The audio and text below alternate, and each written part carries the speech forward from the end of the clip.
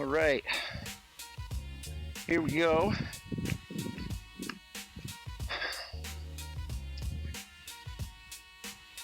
We are working Tucker out today. Hi, everybody. I'm Justin, Whispering Hope Ranch. I thought I'd invite all of you in to some of my process when I'm working horses out to get them ready to go for horse camp and for kids and public. I don't claim to be a horse expert by any means, but definitely learned some lessons through the School of Hard Knocks. So it's April 7th right now. So I've got about 2 months before horse camps really kick off and public trail rides and, getting into the swing of things. So I've got a few horses on my list that are kind of on the bubble, where it's like with the right rider, it's okay, but I need that horse to be good with any rider. So I'm officially inviting you into the process. I'm not an expert, but if you're a horse owner and you're struggling with some of these basic principles, maybe this will help you. So I've got Tucker. I don't know if he's in frame. He's over there. I'll get you introduced to him. A little backstory on him. I'll tell you about it when I get him. I got him when he was a baby.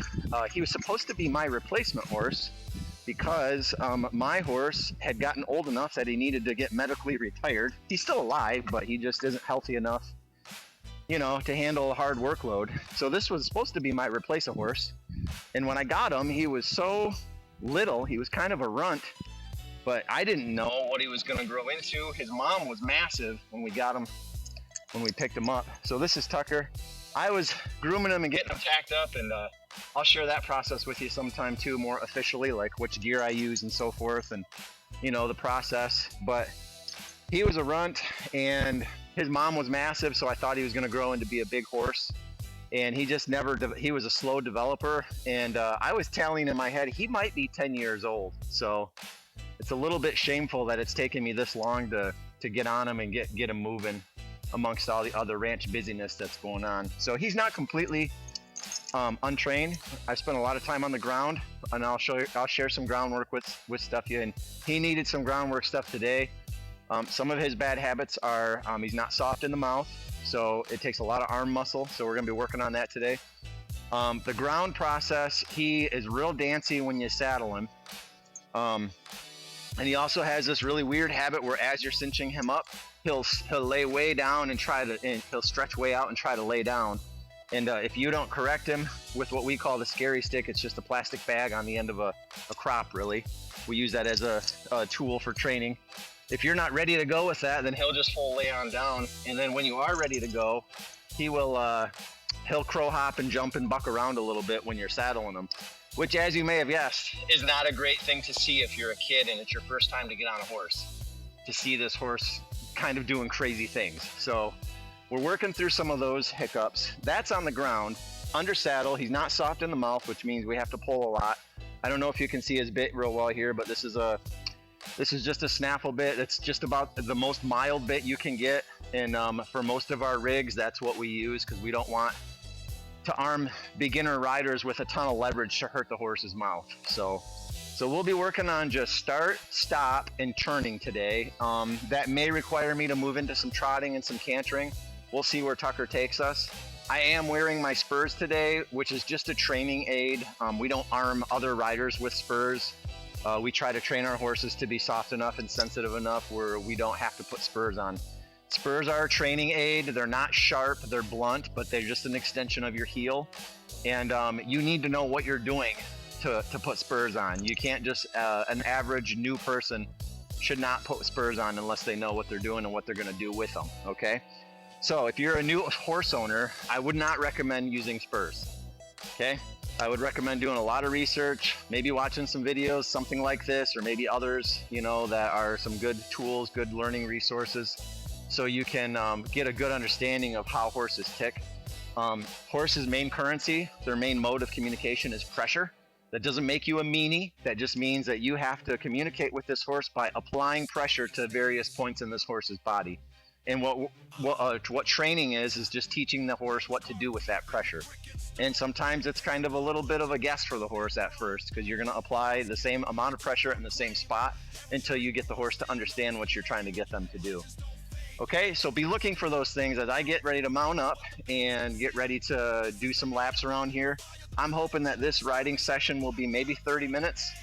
We'll see how it goes. What you don't want to do is overtax your horse's brain and give them too much stimulation and then end on a bad note. You know, for example, if I overtax him and I'm past the point of return, then it makes me extra work for the next time I get him out. So we have to know when to stop, know when to stop on a good note.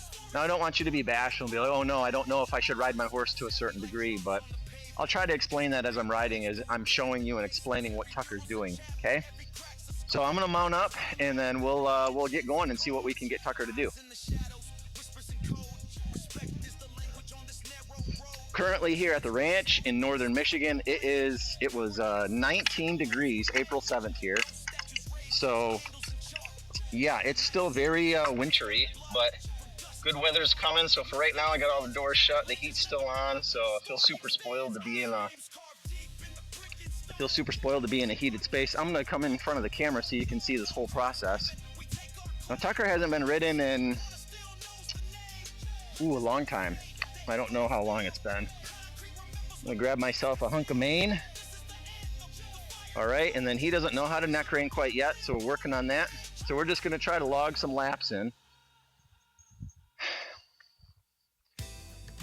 All I'm trying to do right now is to just get a feeler lap going. I just wanna stay moving forward motion, and then I'm gonna try to correct him to stay on the wall. And if Tucker decides to go faster than a walk, then we'll see what's gonna happen to that.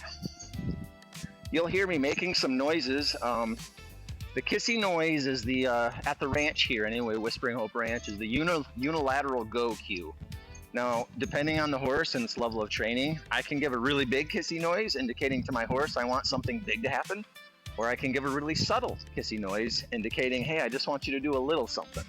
Okay, horses are smart enough and can be connected with you enough to understand the difference of that.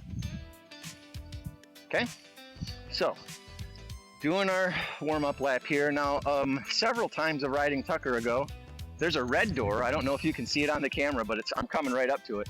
This red door right here, he was just very scared of it for some reason. See, he's still even side passing a little past it. Anyway, I was trying to push him forward past the door and make him stay close to it, and he gave me a couple bucks. That would be a good example of me probably pushing him a little too hard on that door. He probably needed to ease into that one a little bit more. The goal is to not buck. That's what we're hoping for. So Tucker decided to start trotting, so I'm gonna give him something to do with that trot. Instead of pulling back on his mouth, I'm just gonna make him steer while trotting. And since he decided to trot, I'm gonna say, okay, let's do it then, let's trot. So we're just gonna trot some circles. If he wants to pick the trot, then I'm gonna pick the activity to do with that trot. And because he decided and I said, okay, when he thinks he's done trotting, I'm gonna keep pushing him through that trot with my cues. I'm giving him some light cues with my legs to keep him trotting, because I want Tucker to know that I'm the one dictating the terms of this ride, not him. Okay, and so I don't get dizzy, we're gonna switch directions. And I'm kind of locking my hand in here. I'm not pulling with my right rein at all. Don't know how well you can see all this, but, and then as soon as he tries to pull to the right, because I'm turning left, I correct him with some what I'll call bump pressure. I'm just setting a static point, and he's the one that's choosing to pull against it. So there's relief there for him if he gives, but if he doesn't give, then there's pressure. Okay, we're gonna switch it up, go the other way. Okay, so far I've had to encourage him several times with my heels to continue trotting. So that's okay. It's important to give your horse a job. You want them to have something for their brain to think about. Easy, I'm gonna give light rein pressure. That was kind of a hard slow down. I'm gonna give him some little kissy noises because I want little movement. I don't want big movement. He didn't respond to my kissy noise, so I had to give him some heels. So here's the order of progression when you're cueing your horse. You want to start with the ask nice. And in my case, that's a kissy noise. In your case, you might choose to use a cluck, like a, you know, like whatever cue you want to use, just be consistent, stick with the same cue every time. Okay, so that's the ask nice. And then if they don't move off of your cue, then you go to the next level of pressure, which would be your heels. And of course, that's not hauling off and just giving them the biggest kick you can give them. You're going to start small and work your way up. Because again, the goal is for that horse to connect with you and for you to connect with the horse. So this horse understands, like, oh, this person actually is trying to connect with me and wants to be a partner with me, not just someone who slings a saddle on my back and goes yeehaw and runs with the wind flowing through your hair. Okay. So these are this is all the basic stuff we teach here when I have people on horses, and pretty much horse camp is just a very lengthened and depth riding lesson. And it's great for beginners because we've got great beginner horses here. Not Tucker yet, but he's aspiring. He's an aspiring great horse. I'm trying to do all my work down here on this end, so hopefully you can see what's going on. Whoa. When I say whoa, I'm going to lean back a little bit, and I'm going to have him back up a few steps because I want him to think backwards every time he stops. Because I want him to eventually stop with his back end, not his front end. That's how a horse should properly stop. Anytime you see those videos where the rider goes flinging over the horse's head at a dead stop, that's because the horse stopped with its front end and not its back end. You see, when they stop with their back end, they dip that back end down and they kind of slide into it. Again, you know, the bad version of that is if you see someone fly over the horse's head. The good version is when you see a proper true sliding stop, it's pretty impressive. You know, they really just slide. I mean, it's a power slide. They slide into that stop. So we're not trying to accomplish that here at Whispering Hope Ranch for our beginner riders, but we do want the horse to stop properly. And it's an important skill to learn to know how to back up. Okay, so he started trotting because I gave him some heel pressure right around his cinch area. In his mind, it's not because he's being naughty, it's because he thinks that means go. And all I wanted him to do was move away from the pressure. And in Tucker's mind, he did move away from the pressure, but he moved forward, and I wanted him to move laterally to the side. So we're going to keep working on that. Again, this isn't stuff that I expect new riders that come to the ranch to know, but these are all good foundational building block steps for a horse to be well trained. And again, it's so important to give your horse a job to do. Keep their minds thinking. Woo.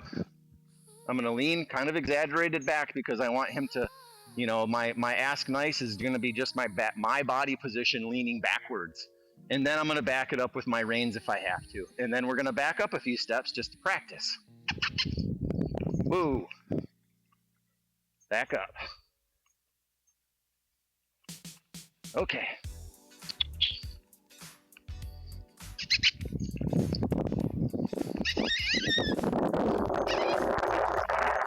Picking up canter here. See how that goes. Come on, bud. Come on. Easy. Slow that down. Keep trotting though.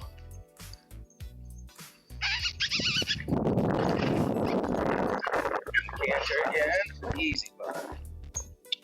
Gonna keep trotting though. I don't want him to think that my slowdown cues mean walk or stop.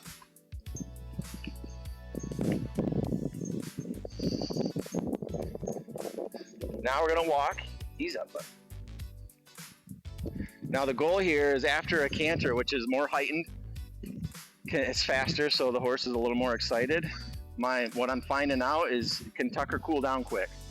Or is he gonna be, after one canter, ramped up to the moon and be wanting to, you know, be all energized and fighting through the bit? And he's an unregistered quarter horse. Quarter horse breeds are not known for their, you know, for tearing and running. I mean, they're known to be fast in the quarter mile. That's where they get their name from. Classically a cow horse for doing cow work. But they are not known to be, you know, kind of hot-blooded and revved up all the time after they canter. They're actually known for the opposite, which is, you know, calming down after they've cantered a little bit. So sometimes the breeding does make a difference, you know, with your starting point and kind of what you're dealing with.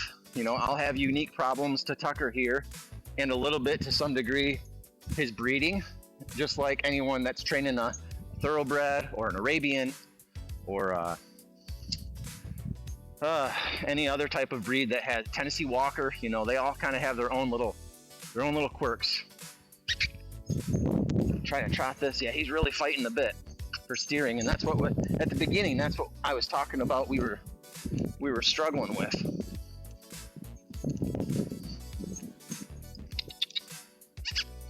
Pushing him through the turn because he feels that rein pressure, and even though I'm only pulling on one side, he's thinking that means slow down. And also, horses can be lazy too, so they might use, if they're really smart, they might use that rein pressure left and right, and they might go, oh, you mean slow down because I don't want to move anyway. So there's that too. Pushing them through the turn.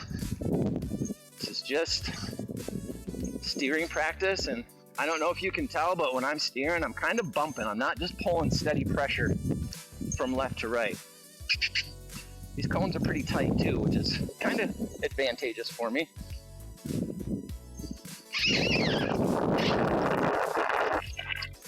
Woo. Back it up. Back it up. Good boy. And you want to be sure to spend some time. Make sure you pet your horse and let them know that they're doing a good job. If they're really rank and you're having a hard time, then find something little to give them some praise over. It can't be all gloom and doom and negative.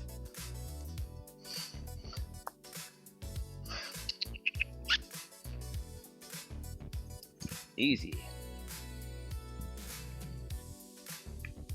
All right, so sometimes with horses, I'll say all the time, you can definitely see progress from one ride to another, but you have to be patient. It does take time. It takes a consistent amount of good quality things you're putting into your horse over a good length of time.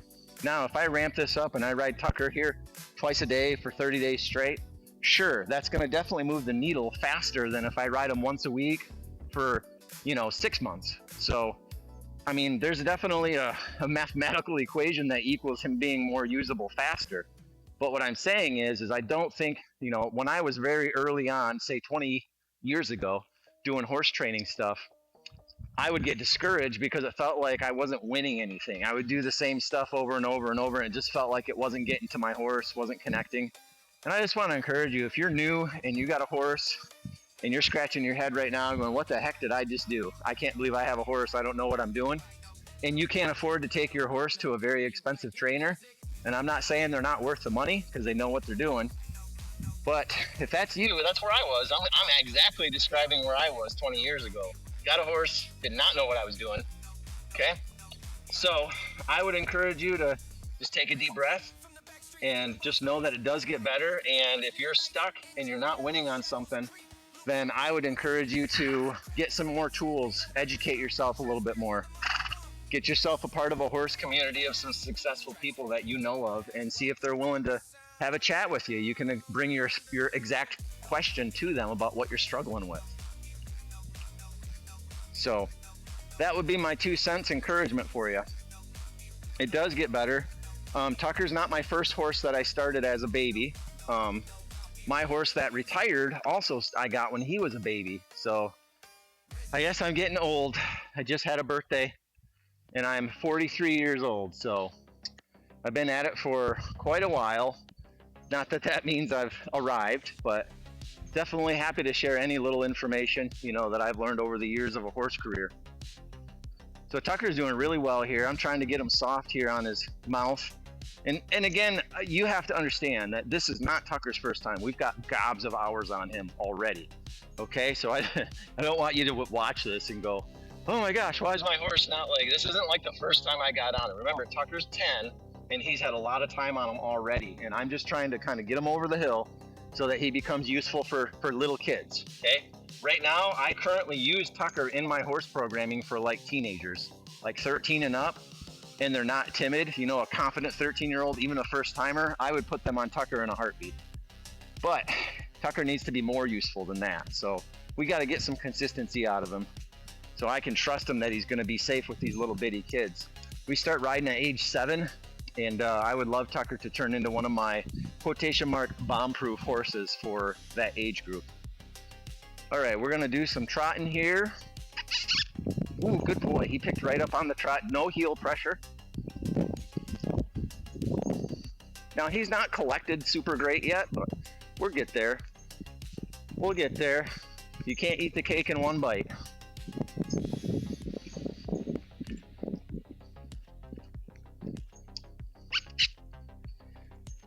Now I prefer to sit the trot because I'm in a Western saddle.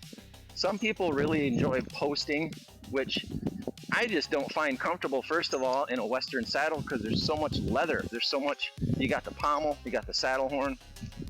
So I'm just not a fan of it, and it's technically an English riding discipline, so there's just something inside of me that says, recoils a little bit. But if that's your jam, I'm not gonna judge you. That's how you like to do it. I'd prefer to get my horse's trot to smooth out so it turns into a nice little quarter horse jog, and then just sit it, because that's the Western way. Ooh. Back. See, he already started backing up. Did you guys see that? He already started backing up before I asked him, because he knows what's coming. Good boy, Tucker.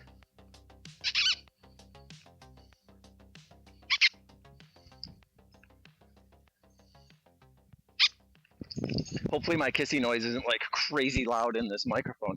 I'm trying this new setup today for this purpose of riding and talking to you guys at the same time. So we'll see how it goes.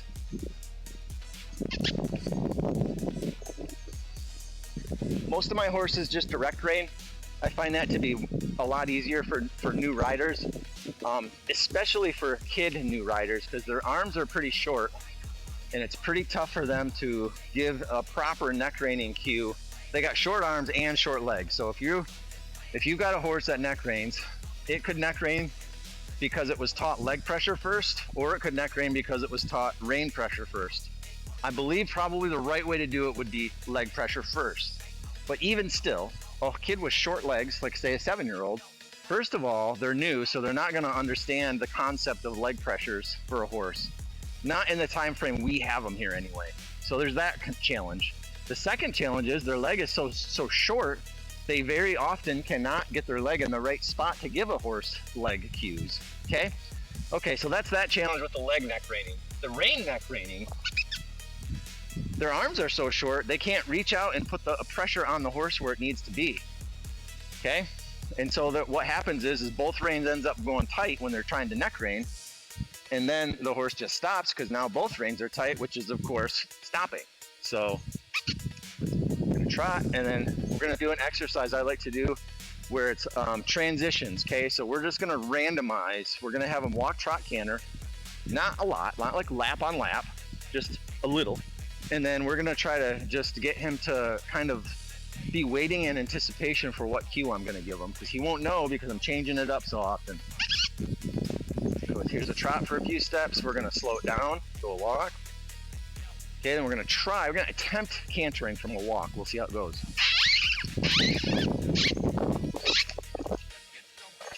Took him a lot of trot steps to get that canter. Easy. The trot. And walk. Attaboy. Walking he likes. He's a tad lazy. Okay, now we're trotting. We're gonna walk it up again. Good. We gotta work on that cantering transition. He's a little slow on the uptick on that one. Easy. We're gonna walk and then try that canter again. A little bit. He only took like 3 steps that time. Keep it up, buddy. He wasn't on the correct lead, so he slowed down to trot. Easy. Keep trotting. A little slower. Keep trotting. Okay. I'm gonna try to slow this trot down a little bit, but still keep him in it. This is new turf for Tucker. He feels me doing rein pressure, and he keeps going into a walk because that's what it used to mean. And now I'm asking him for something different, which he's capable of, but he has to figure it out.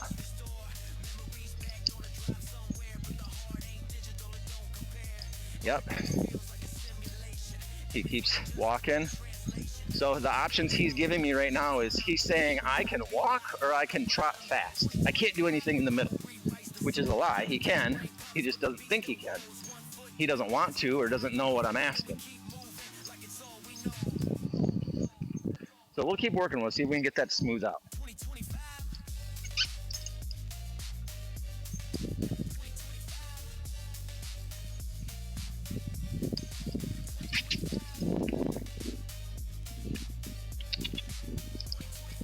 See his ears cocking left and right. He is a real sweet horse. He's got a nice disposition. He's trying. He's a trier. He wants to be connected. He's not mean. That's why we kept him around, even though once I realized he wasn't going to work out for my personal horse. We kept him around because he's such a sweetie. He's just a real fun personality horse. And he's still trying to figure out this slow trot business. Getting better.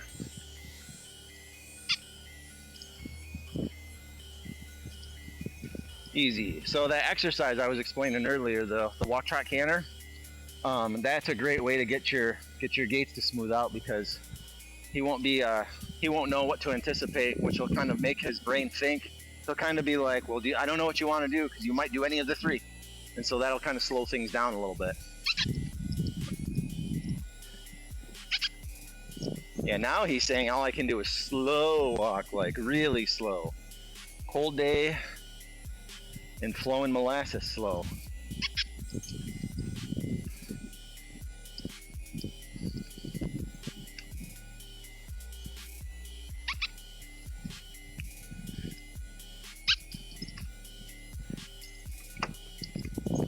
Easy.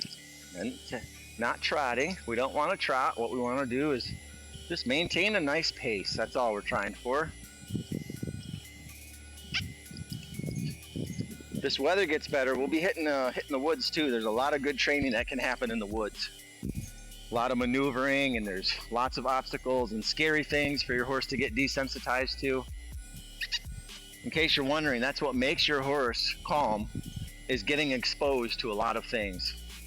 You know, if you can give it a bath, hopefully you're using fly spray in the summer when the flies get bad, going out in the woods. And then if you don't have that option for woods, you can use pool noodles. And I don't know if you noticed this white stuff, this powder on the ground here. I use lime for neutralizing the smell. I mean, that even though the bright white can be a desensitizer also. So there's other ways to do it if you don't have access to woods, and I would say all of it is good. Do all of it if you can do all of it.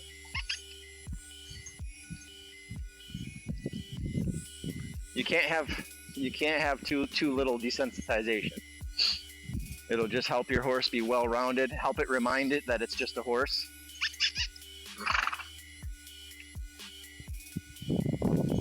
All right, we're gonna steer some circles here. At a trot, we're going to try to do a trot.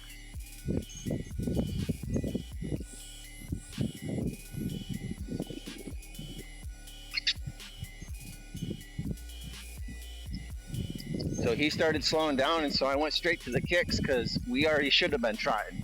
In other words, he already got the ask nice and did it. So if he starts slowing down, we're skipping the kissy noise and going right to the kick. Rotate and go the other direction so I don't get dizzy.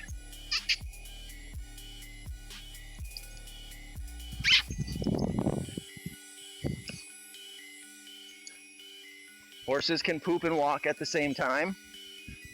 However, it's very difficult for them to pee and walk at the same time. So if your horse is pooping, I usually train through it. I don't let them stop.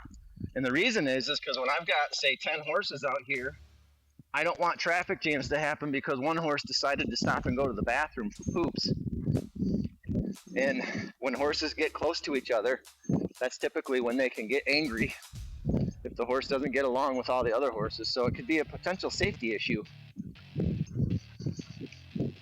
And we're all about the safeties around here at Whispering Hope Ranch. We want everyone to have a fun time, but before they can have fun, they've got to be safe. I don't know about any of you, but I'm usually, the fun having is over with as soon as I'm injured. I might have been having fun all the way up to the injury, but once I'm injured, all bets are off and it's not fun anymore.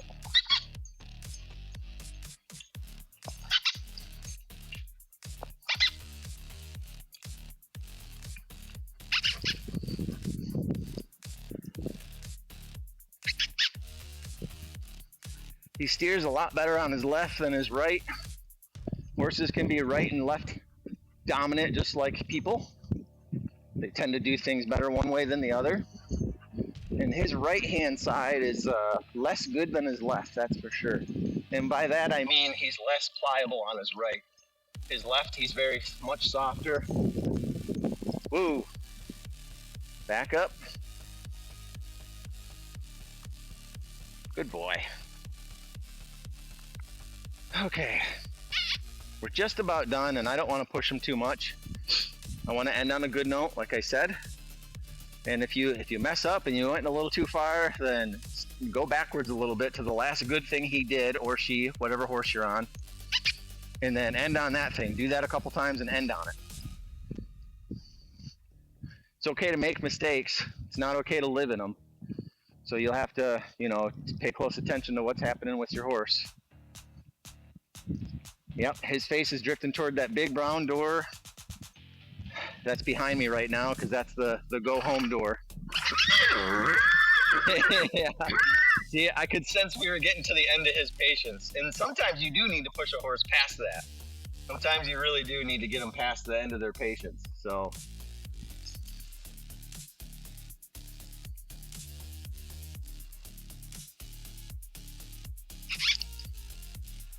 I'm seeing that my camera angle is a little narrow. I'll have to fix that for the next video.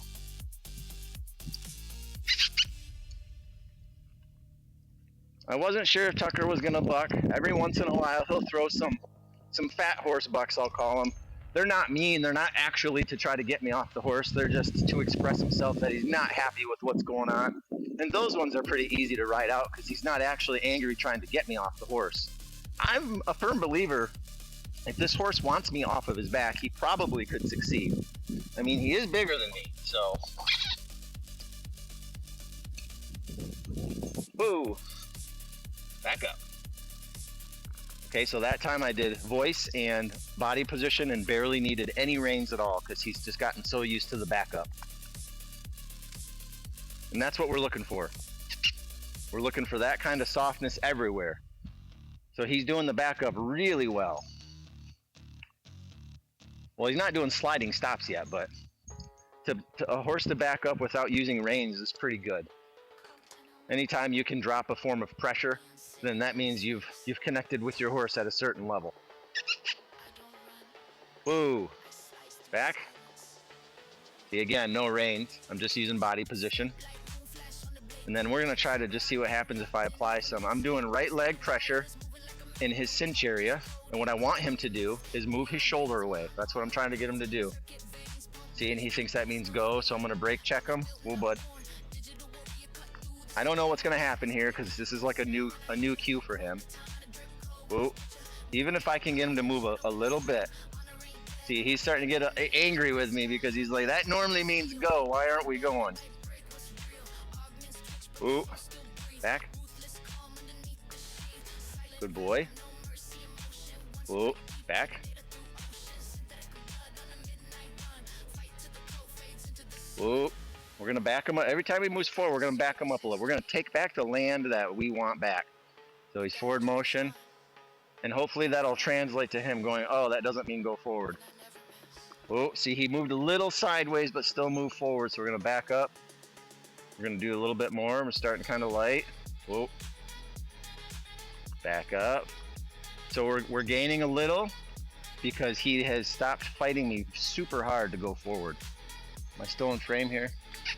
Barely. We'll move forward and try again. Woo. Okay, we're going to try this again. Again, I'm using right leg pressure right around this cinch area. I'm going to ramp it up because he's not moving. He doesn't like it. He's telling me about it. That's okay. He's allowed to express himself as long as he's not dangerous. We want expressive horses that are not dangerous. Those are the fun ones. All right, we're gonna try back pressure a little bit. This is flank pressure.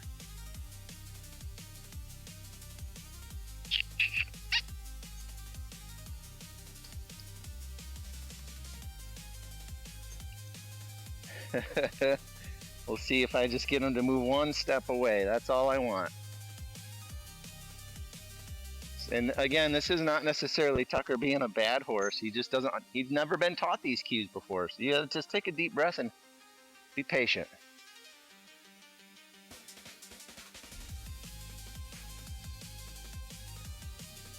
Kind of trying to irritate him to move. He's getting lippy with me. You see his lips moving?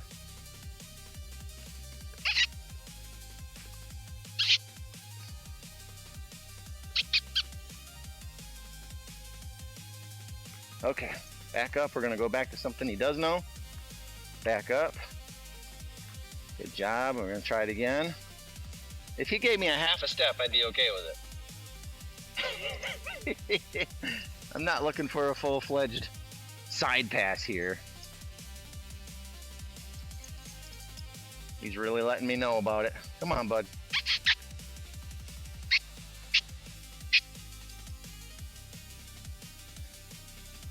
Ooh, my leg's getting tired.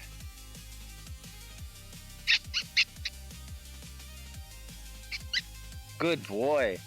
You see that? He moved his back end around. I'll take it. It wasn't pretty or smooth, but we're just starting from the basics. It's okay. If he moves away from that pressure, then it's a win. Okay, we're gonna try it again. Whoa, we don't want to go forward.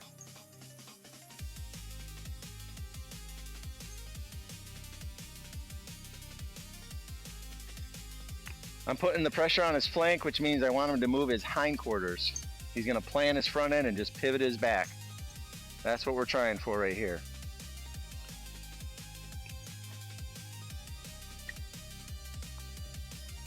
I'll take that. See what happens on the other side.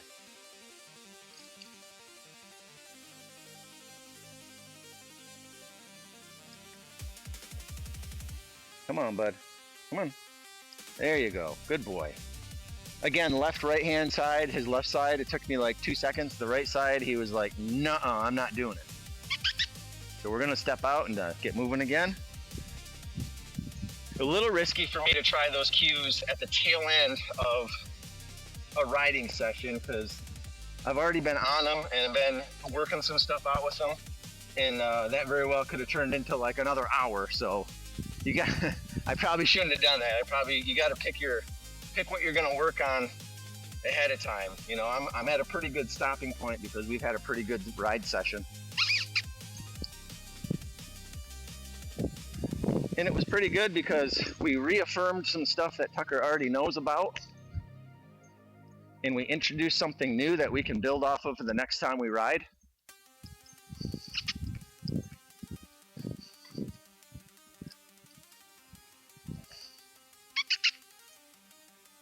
You keep hearing me do a kissing noise through turns because I'm pushing him through the turn because I want his speed to stay the same, whether he's turning or going straight. I don't want turning to equal slow down.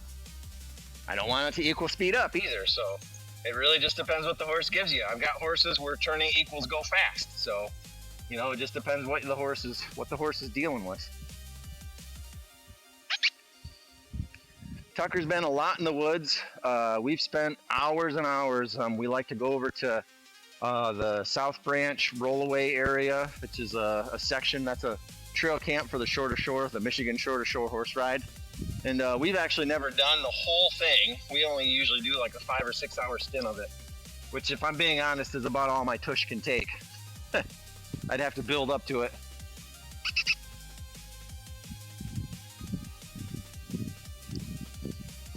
A lot of the people who do those rides usually have a gaited horse of some sort, like a Tennessee Walker or a Standardbred or a Missouri Foxtrotter. Probably some other gaited ones I'm forgetting about.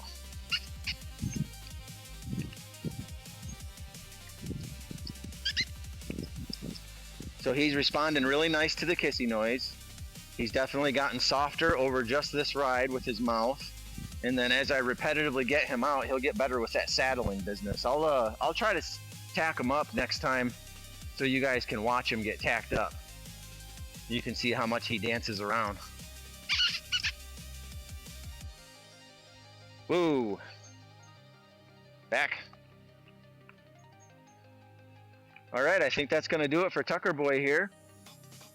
I'm gonna hop off him and see how he does here. Yeah, he's a good boy. Come on.